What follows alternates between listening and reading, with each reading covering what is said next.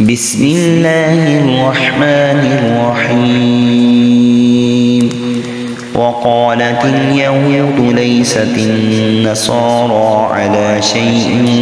وقالت النصارى ليست اليهود على شيء وهم يتلون الكتاب كذلك قال الذين لا يعلمون مثل قولهم فالله يحكم بينهم يوم القيامة فيما كانوا فيه يختلفون ومن أظلم ممن منع مساجد الله أن يذكر فيها اسمه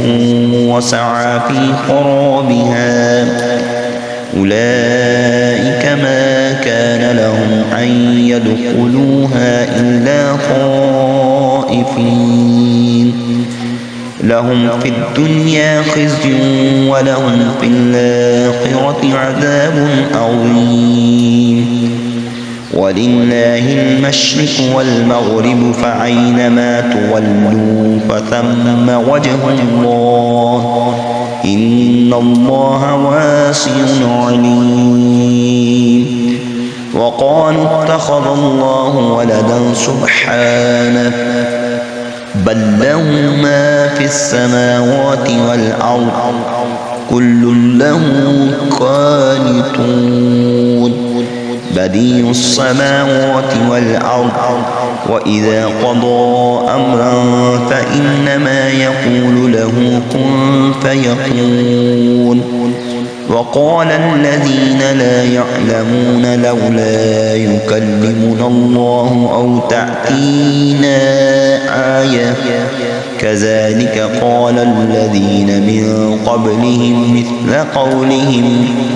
تشابهت قلوبهم قد بينا الآيات لقوم يوقنون إنا أرسلناك بالحق بشيرا ونذيرا ولا تسأل عن أصحاب الجحيم ولن ترضى عنك اليهود ولا النصارى حتى تتبع ملتهم قل إن هدى الله هو الهدى ولئن اتبعت أهواءهم بعد الذي جاءك من العلم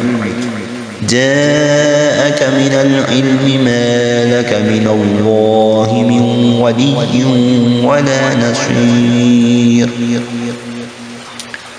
الذين آتيناهم الكتاب يتلونه حق تلاوته أولئك يؤمنون به